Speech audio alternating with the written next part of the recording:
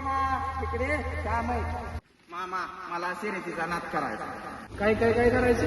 शर्यतीचा नाद करायचा. तुम्हीच मला नेताय सगळीकडे, तुमच्यामुळेच मला नाद लागला. मला बी छकडी घ्यायची, मला बी बैल घ्यायचा आहे, मला बी बैल हाकलायचा आहे. ही बघ बैलगाड्याचं नाद आहे ना तू बिंदास्त कर.